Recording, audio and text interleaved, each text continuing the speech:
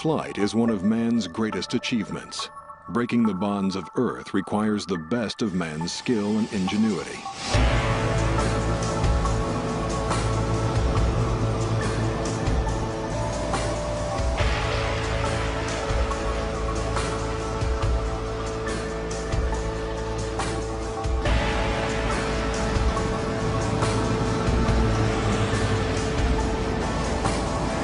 On a planet governed by the laws of gravity, sometimes the best laid plans go bad. When you are in a plane, there is no such thing as a small accident. When it starts hurtling to the ground at terminal velocity and it hits the ground, everything just completely explodes. If you sit and look at it long enough, it shouts volumes at you. That way you can tell which way it is, whether it's coming at you or going away from you. These are stories of those consequences. You know, that's what's left in my fuselage. You can't even tell this is an airplane. And of the men and women who strive to make the skies safer. This is what happens when planes go down. Tilly Cornejo is an accident scene investigator for the National Transportation Safety Board. What remains here among the piles of twisted metal in the Mojave Desert is the end result of a not-so-normal day in the Melrose Fairfax district of Hollywood, California.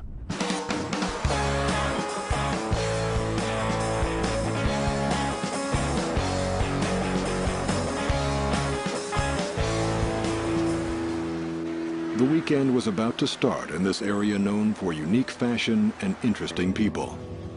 Suddenly, down from the sky, tragedy.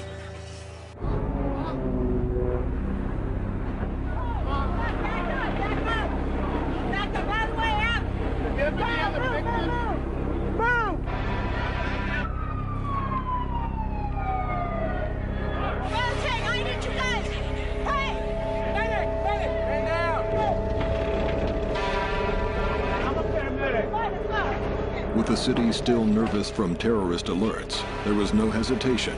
Emergency response teams from several agencies are on the scene immediately.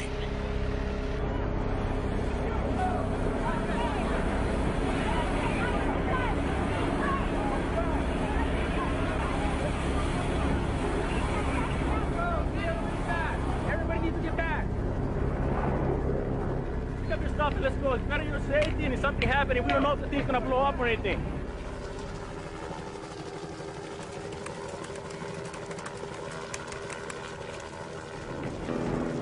When a plane goes down just one block from Fairfax High School, both federal and local agencies are called to the scene. The city is on high alert. Police immediately cordon off the area. We live in such a unique world after 9/11. Security and safety go hand in hand. And in the Fairfax incident, or the accident, we were very concerned as to whether it was a safety issue or a security issue. Is it a safety accident or a terrorist incident? Meet Jack Weiss, Councilman. Jack Weiss, we're glad you're here. How do you do, sir? Glad you guys are here. It's up to the first NTSB investigator on site to control the situation until the lead investigator assigned to the accident arrives. We'll get to it as quickly as we can. Absolutely. Tilly Cornejo has received this assignment. It is now her job to unravel the incident and to begin to gather information as to the probable cause. In a crash of this magnitude, she has the assistance of multiple NTSB staff members. All right, fine. Okay, that was Jeff. Okay. So he says that you're going to hold a briefing with all of your NTSB support. We'll make a game plan. Maybe we can use the command post. Yeah, I gotta go see. Okay. So just make sure everything gets Okay, so follow the boss. When an accident happens, the first people on scene are emergency responders. Very soon thereafter, the NTSB will come to the scene. We have the lead in any investigation of a transportation accident. We go in as an independent agency and we make our determination of the probable cause of the accident based on facts, science, and data. We determine what happened, and then from that we issue a recommendation or a series of recommendations on how to prevent that in the future. Is this still a crime scene? It is, at this point, yeah. From the very first moments, NTSB investigators are looking for clues to the probable cause of the accident. The story that we got before we left was a plane departed Santa Monica. They did the handoff from departure, and they never came up on the handoff. I'm Councilman Jack Weiss, and I just want to say it's a horrifying scene in this neighborhood. We are mandated by Congress to investigate all aircraft accidents, and we're mandated by Congress to head up those investigations. So basically, we have primacy, and all the other government agencies are basically working for the NTSB at the accident scene. That includes the FAA, that includes the FBI, if it's not a criminal activity. I have not seen FBI, I've seen everybody else. No, I've met FBI. Oh, Tila has met FBI. I met FBI. And the first job of an NTSB investigator is to seek out the incident commander. So we're going to be here supporting you, and I don't know what you need right now. We're dewatering that area. They know that the FAA and the NTSB have a lot of expertise in aviation crashes, so they're more than happy to turn over the accident site to us after they've determined that it's safe. Yeah, so about 30 minutes before. I'd rather do that than just jump in and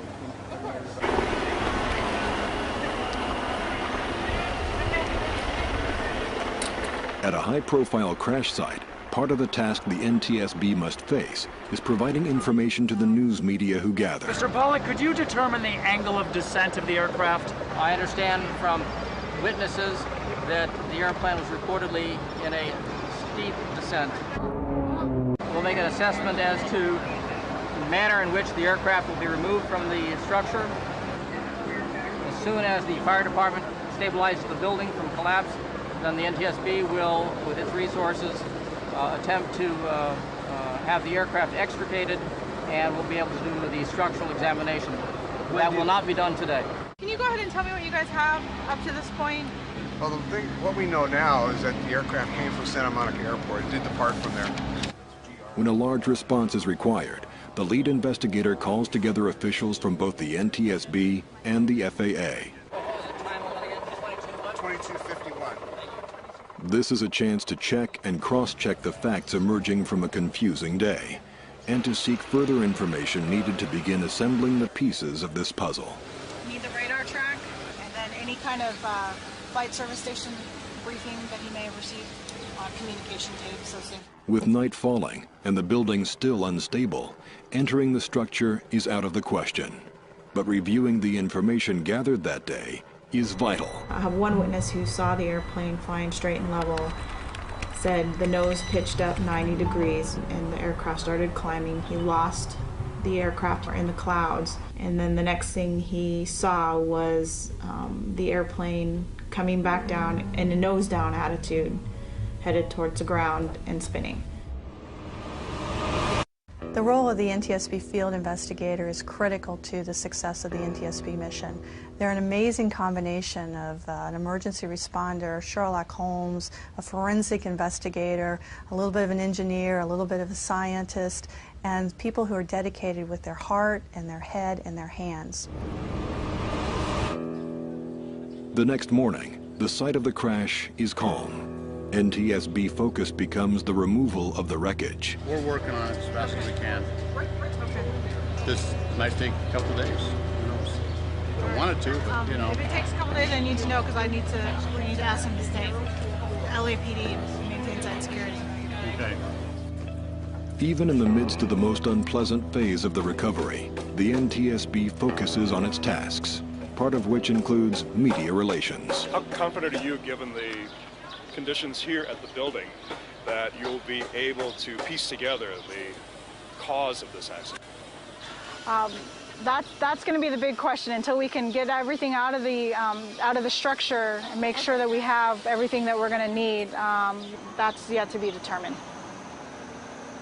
Okay. During the cleanup and removal operation, no clues have surfaced as to the cause of the crash.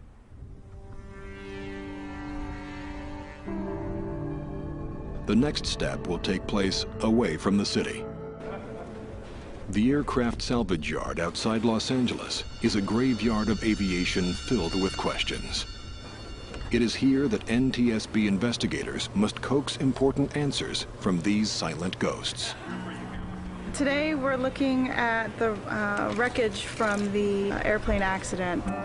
What we did this morning was lay out the wreckage and try and find the major components: wings, tail, flight controls, avionics, instruments, and we're basically trying to put the airplane back together again so that we can see modes of failure with the aircraft. Modes of failure are looked at very carefully when we do the wreckage examination. And what we're looking at is we're looking at the way the pieces separated from one another, whether the fractures are suspicious, what the load paths were in the structure. We're looking at how it bent, how it separated, how it broke. What if we get the engine over to the side here? When NTSB investigators arrive at the scene of the Hollywood crash, they find nothing to indicate its cause. Now, sifting carefully through what remains, they first focus on any clue that might point to a mechanical failure of the aircraft. The engine itself, we're just doing a basic visual inspection of it. We're going to take the spark plugs out. And what we'll do with the engine is go ahead and we'll box it up and send it to Mobile, Alabama, where we'll have a further teardown of the engine under more controlled conditions. In the layout, there was no mechanical issues noted when we did a visual inspection of the engine, which included removing the spark plugs. It was all involved in a fire, but for the most part, everything appeared to be where it was supposed to be. And we have our control system accounted for. Control systems accounted for. You have to look at every piece. You know, how is the seat frame bent? Which way is it bent, or is it all together? You can't even tell this is an airplane from outside perspective. So, you know, that's what's left of my fuselage right there. What you see is what's left. In addition to potential mechanical failures, investigators look at human factors that could have contributed to the accident. So let's look at his logbook and see. After the fact typo. Kind of looks like it, doesn't it? The FAA inspectors, they come out and they help us as well. I didn't know you had the license, too. We don't generate the same type of information that the NTSB does. They'll go and get a probable cause. They'll find out what happened. We do 9 areas of responsibilities that we're looking at to see. And some of those things are like pilot certification, pilot training, maintenance issues. We would possibly pursue an enforcement on people that were involved in the accident. For example, if a part malfunctioned and we go back in time and find out that part was improperly serviced, that might end up becoming a probable cause that the NTSB would cite, but what we'll do is then we'll take action against whatever entity or organization might have had that problem. There's a lot of background work that we're going to have to do. The fact that it came down in a nose-down attitude, it causes a lot of concern because we have to try and find a probable cause as to why it did that.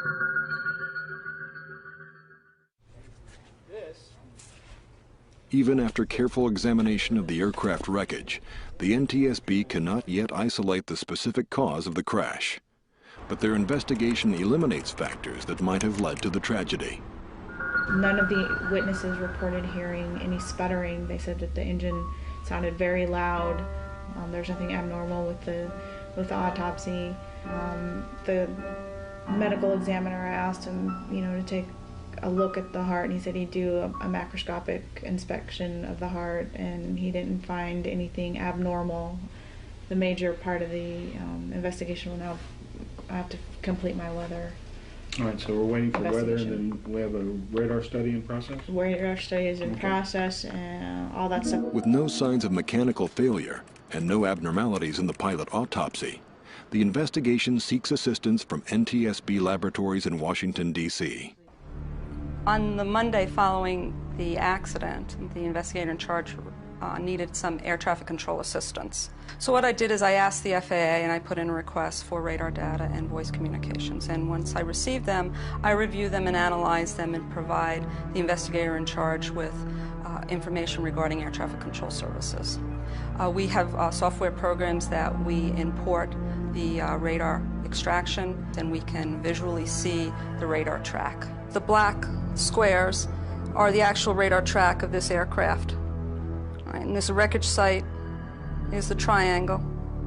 And so that now they can get to see a visual as to the streets that the the aircraft was approximately flying over. Some of the factual information that I found on the voice recordings was, first, the pilot did contact Hawthorne Flight Service Station for a weather briefing. He actually contacted the Flight Service 3 different times throughout the day on that Friday of the accident. He was very interested in when the weather was going to clear. You heard of any clearing east today? No, I haven't heard anything. That's Okay, well, I'm going to try to get out of here around Ontario and pop up through this. There's supposed to be some broken stuff out there. So let me out whenever you can. That day, we had the typical June gloom weather pattern here in the Los Angeles basin, where we had a stratus cloud deck with bases that were around 3,000 feet and tops somewhere in the 4,000 foot range.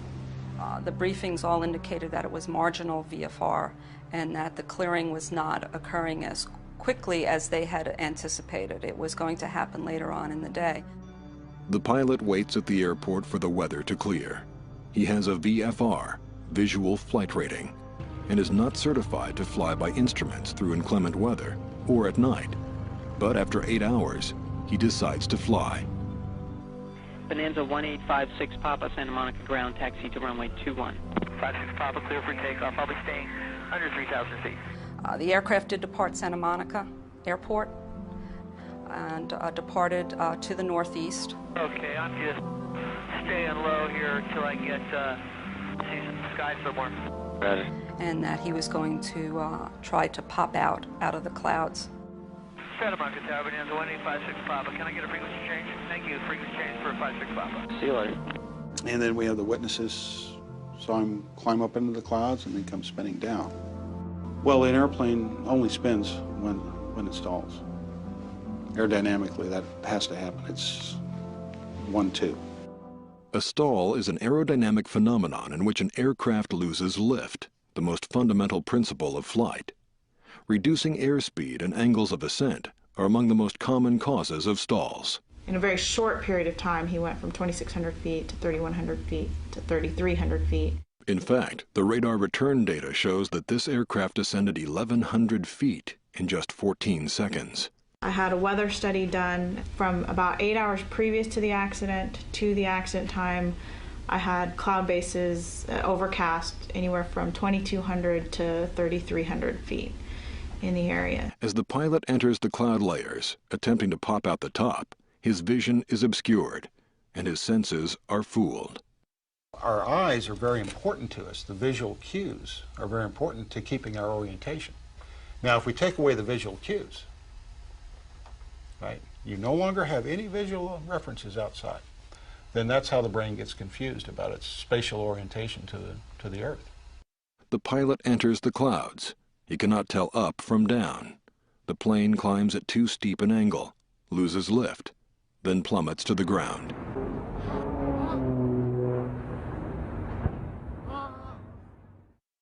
We, as air safety investigators, are responsible for collecting the facts, conditions, and circumstances of the accident.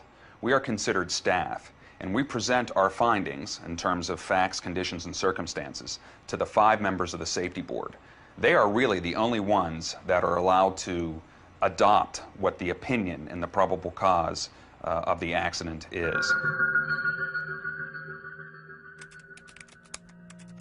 In this case, staff recommended to the board a cause of an in-flight loss of control due to spatial disorientation. America first learned of spatial disorientation in the John Kennedy Jr. crash investigation. And typically those accidents are fatal.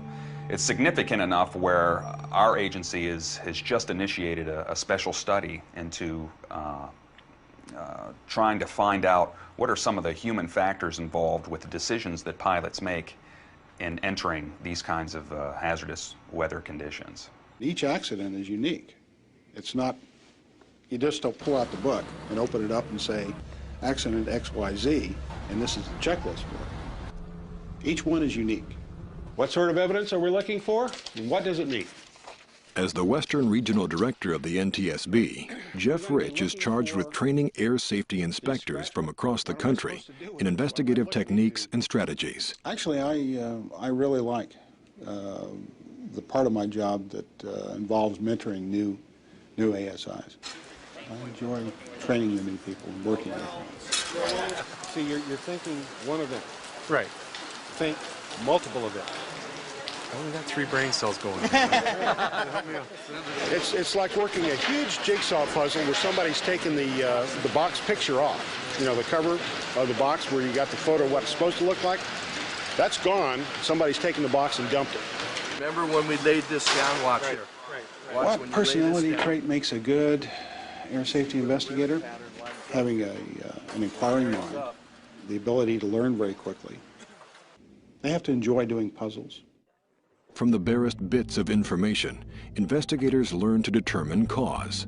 The accident occurred about 1300. Both airplanes were in contact with the tower. The twin was departing. The single was inbound. Controller had said, twin, you have the single entering downwind. Single, you have the twin. We got no acknowledgement from either airplane. Immediately after that, the controller noticed the collision. What we're looking for right now on the aircraft is any marks or paint that we can correlate with the other aircraft. We are starting to see significant signatures like paint transfers on the propeller of this Mooney, blue paint, and there's no blue paint on this aircraft, so that being an indication that it came from somewhere else. We've got 2 blade strikes here, and those equal the same width as the spar. Pretty significant find. It gives us an approximate angles and the fact that the propeller on the Mooney aircraft sliced through the wing off of the Duchess aircraft and sliced through the spar. We can get an angle off of that. You see that? The first time you can mentally reassemble that puzzle and understand the way the vehicle got there and the energy path, it's the biggest endorphin I can think of. And it's an even bigger thrill when you can do something about it.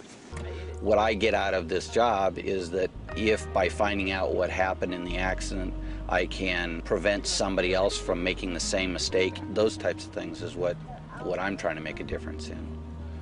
Patrick Jones is a relative newcomer to the NTSB. He is currently in his training phase as a staff investigator. Patrick is actually fine with the investigations, and I know that sometimes there's serious crashes and there's death involved, and he actually used to be a police officer years ago, and I think that he can do the job and detach himself enough and then be with his family separately. The individual investigators, this job, it interferes with their family life, it interferes with personal plans. You're at the whim of the pager and the cell phone 24/7 for your entire career.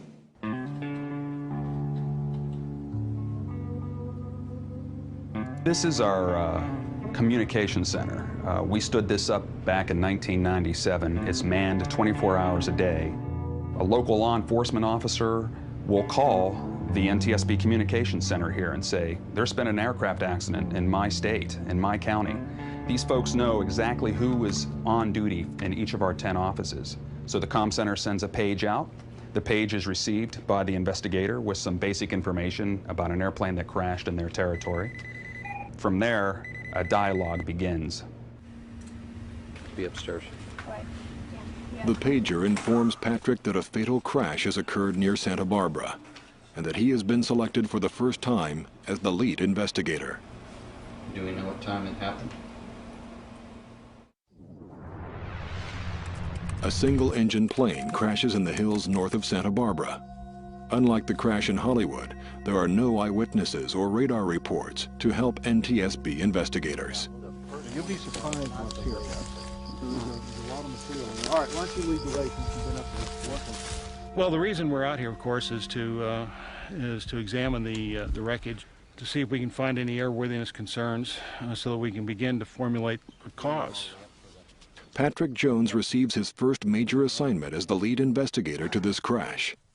Jeff Rich, the NTSB Western Regional Director, acts as his mentor on site. See the big tree? It's got a break up high, yeah. and there's another broken branch that's about mid-level. Well, then all the other stuff is down low. So we had to be in some kind of a banked attitude. Yeah. Okay, now did we have any parts up here? No. Okay. This part of the investigation is all fact-finding. Right now we're trying to ascertain the way the airplane got here, which will help us determine whether it was in control or out of control. If, for example, it's out of control, then our real major concern is the control system. If it appears that the airplane was in control, then our focus becomes more in the power generation area. What do we think of this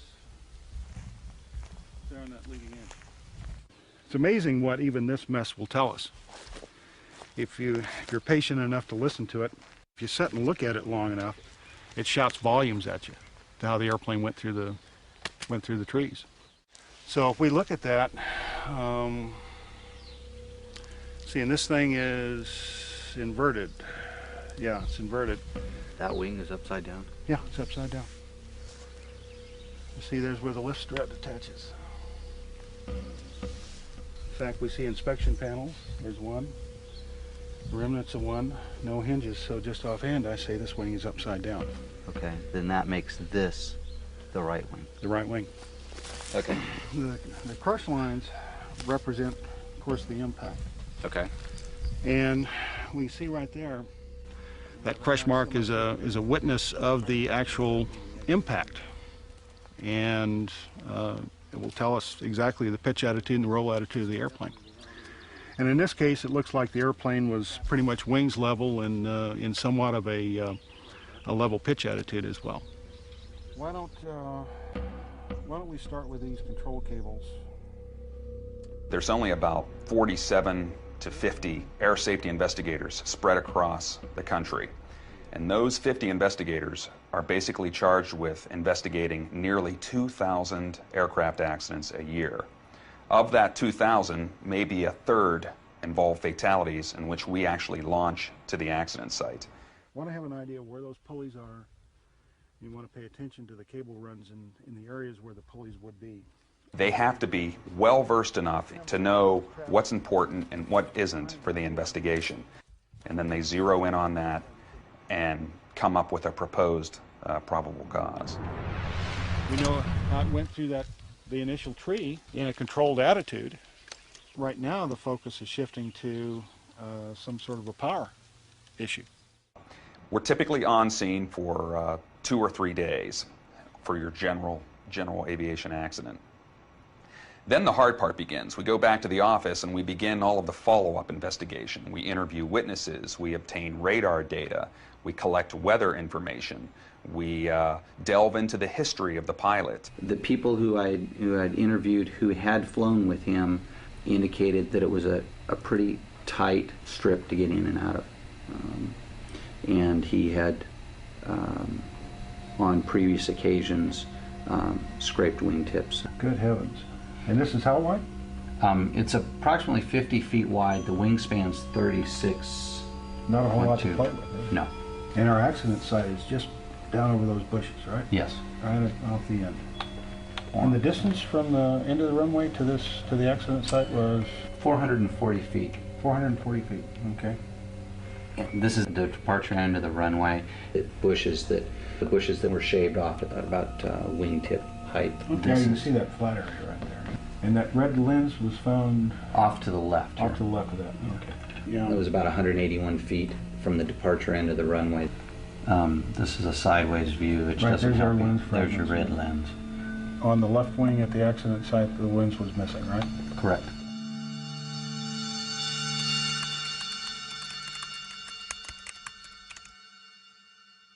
All right, so do we have any other outstanding work areas for this?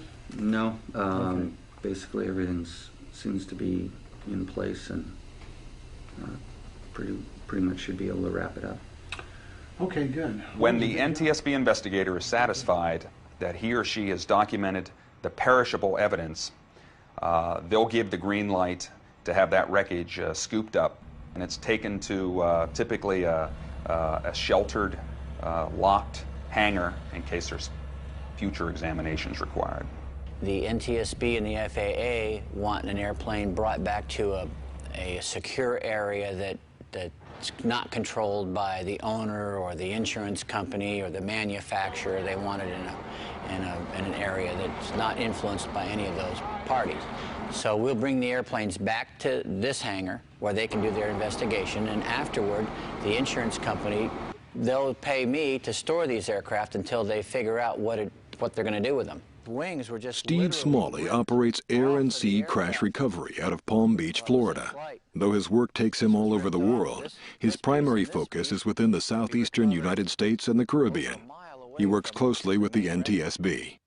Usually what happens is an airplane will crash in a given area, say in the Everglades, and I'll get a call from an insurance representative, and they'll say, Steve, we've had an accident. You need to get our airplane out of wherever it is. And I'll be on the way to the scene immediately. Okay, where is it? In about the time it took me to drive the accident, I had an idea what I needed, and I started to put those people and those resources in place. Yeah, Chris, it's Steve. I need your helicopter. I've got one up here in the cow field, and it's absolutely, totally inaccessible. In this geographical area of the United States, there's a lot of water, there's a lot of Everglades, there's a lot of swamp. So it's 50-50 that an airplane, if it's going to go down, it's going to go down in either a swamp or some water. All right, let's, I'm going to go out with the insurance guy. Okay. We'll lace up the wreck, call for the helicopter. That's all we can do.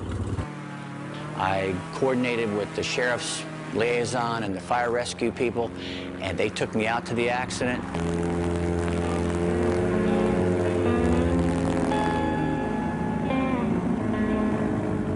Yeehaw Junction, Florida, where the aircraft goes down, is along the region's busiest flight path. The marshes could only be crossed by airboat. Because there is no stable ground for the chopper to land, Smalley and his crew travel ahead to prepare the downed plane for removal.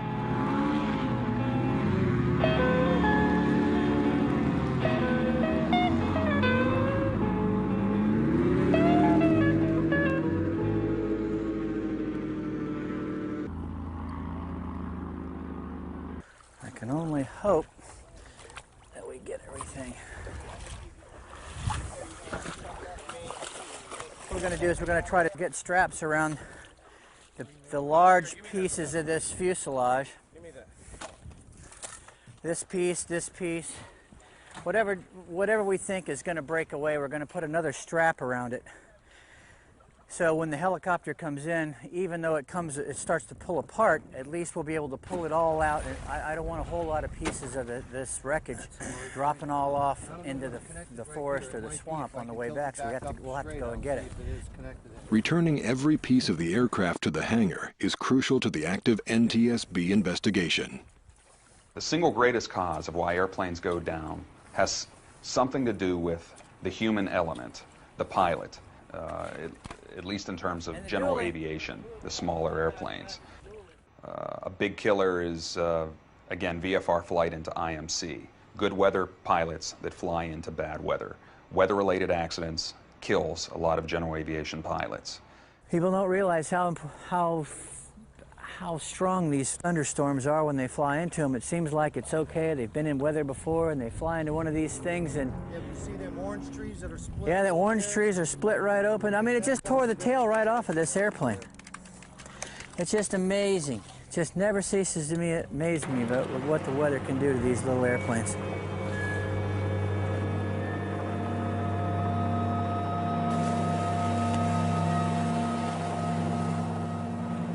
The location of a downed aircraft can make a recovery operation extremely complex.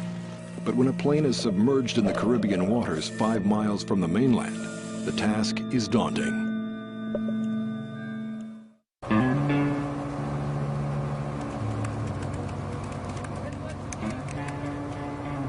Six miles off the coast of Marathon, in the Florida Keys, an 8-passenger plane goes down.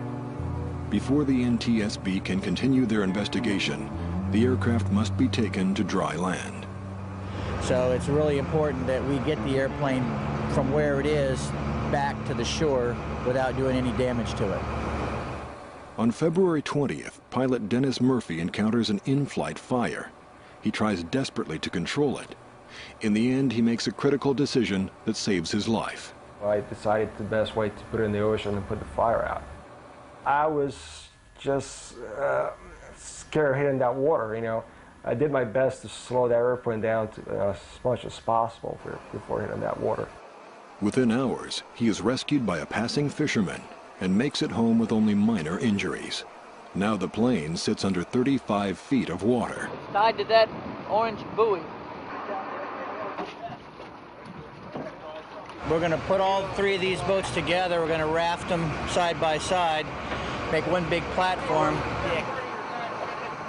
Shark Bait Mike will go down first and make sure there's nothing really big down there that can bite us. Get pictures of the airplane. Then the rest of us will go in the water and we'll try to put the straps on it.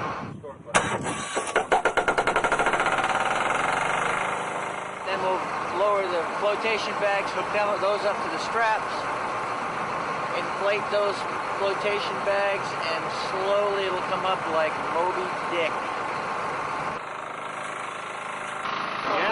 This is about as high-tech as an aircraft recovery can get. I mean, if you look real closely at some of the equipment that these guys have, it is absolutely state-of-the-art.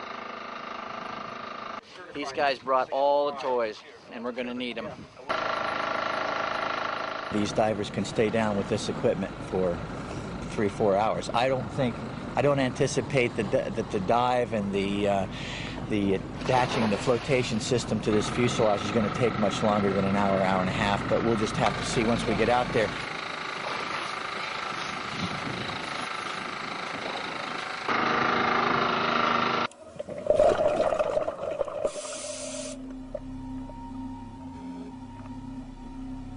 First, the wreck is surveyed for stability to ensure the safety of the divers.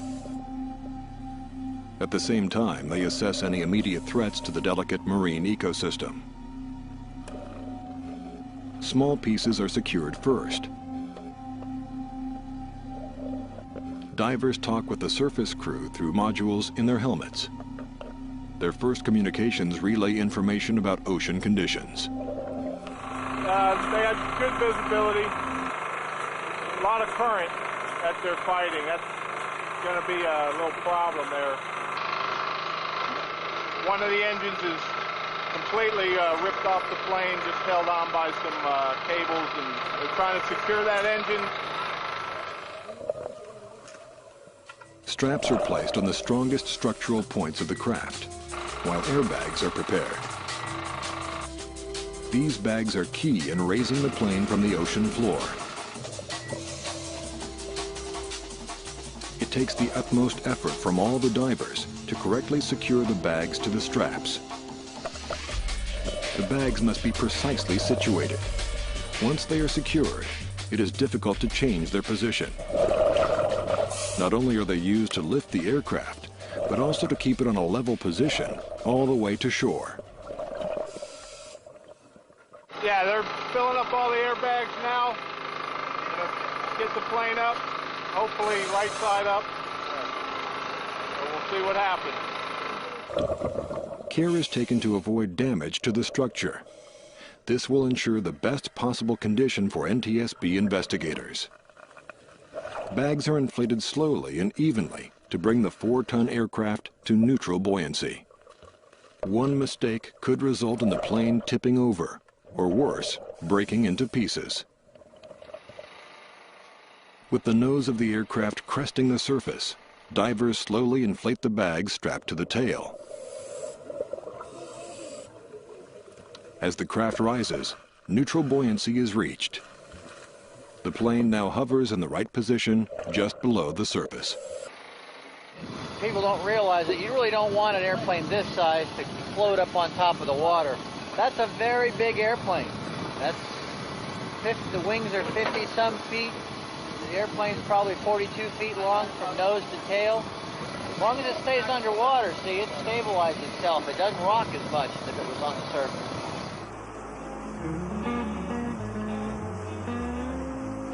This is Scott from Air and Sea Recovery. I got the aircraft under tow, and we're en route.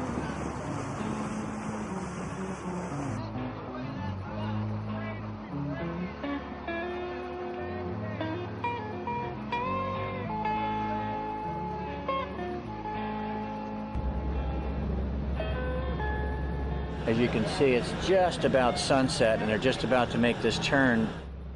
The biggest part of this deal was having to tow it at 1 knot per hour.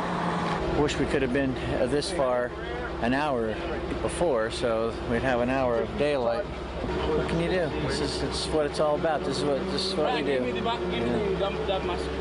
None of them just swim up to the dock and jump into the boat or jump on the side. You got to fight them and tickle them and beat them, and strap them.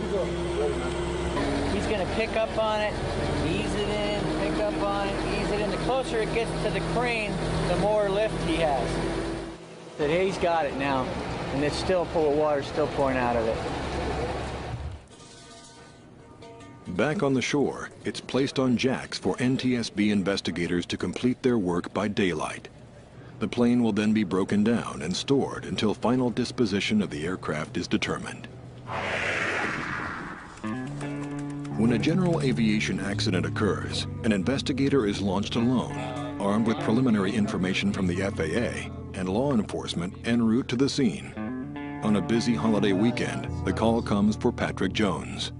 When he arrives at the impact area, he finds that the initial evidence on the ground shows something completely different from all the information he'd been given.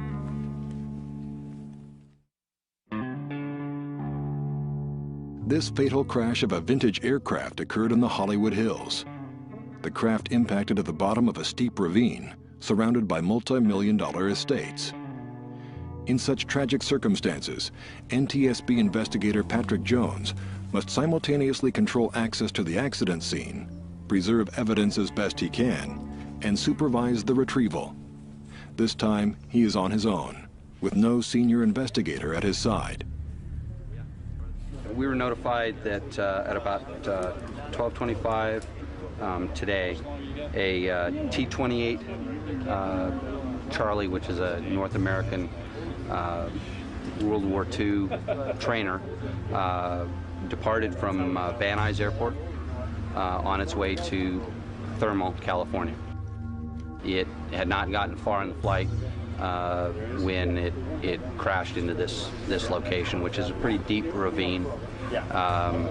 We believe that we have 2 persons that were on board, and they were both fatal. The aircraft is pretty well broken up. Not pretty well. It's destroyed. The unusual thing was that the Van Nuys is over here. The impact crater is relatively here, and all of the energy is this way. It's to the north. So the energy is going back towards the airport now. Part of what you're trying to do on scene is determine that all of the aircraft got to the accident scene around the same time. Versus if you're traveling 150 miles an hour and you lose a wing, it's going to be a long ways away from the accident site. Versus if you find all of the pieces, you know, the left wing, the right wing, the rudder, the tail, all the major big pieces in one place, then the aircraft probably was in one piece at the time of the accident. Yeah, I was just thinking underneath, just let it run under there a little bit.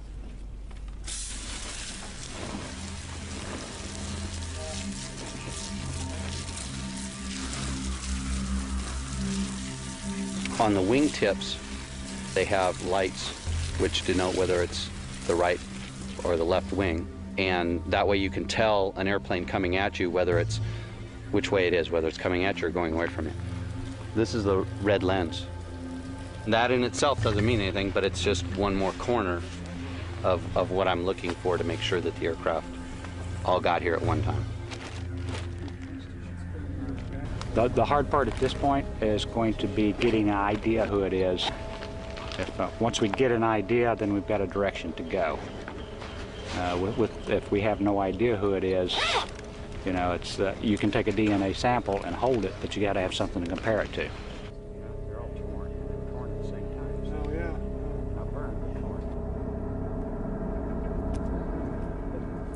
When you're doing the on-scene stuff, you have to do it based on that you're never going to see it again.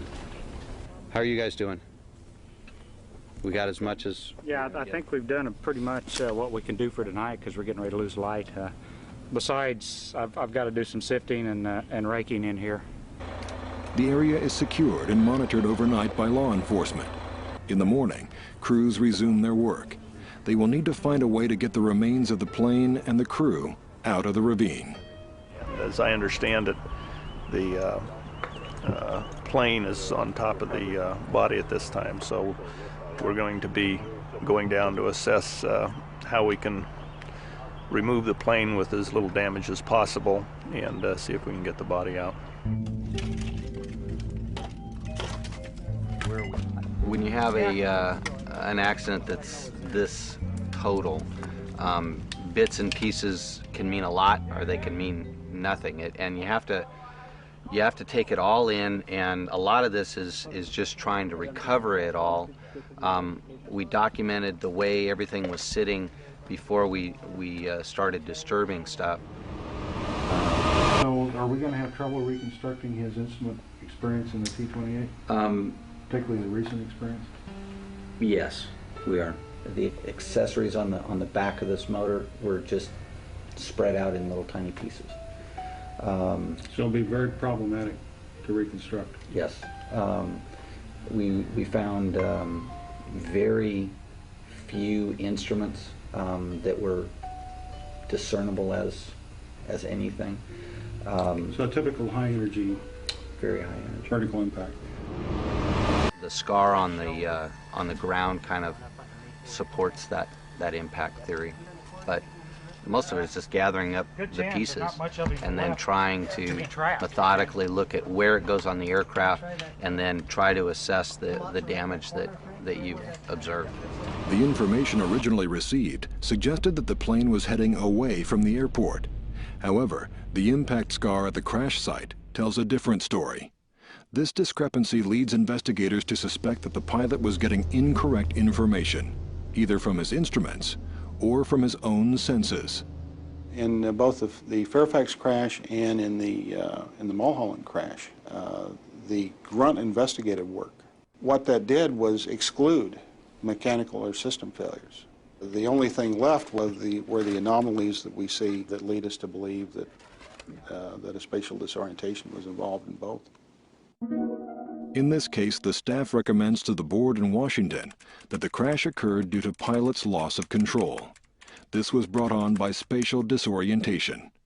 A possible factor in this was distraction caused to the pilot in the adjustment of his flight instruments.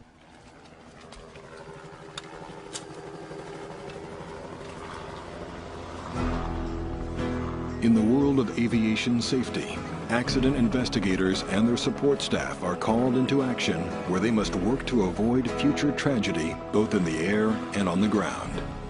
The further we test our technology and power, the more we test our bodies and our senses. For as long as we attempt to go beyond our known limits, there will always be the need for systems of safety and investigation.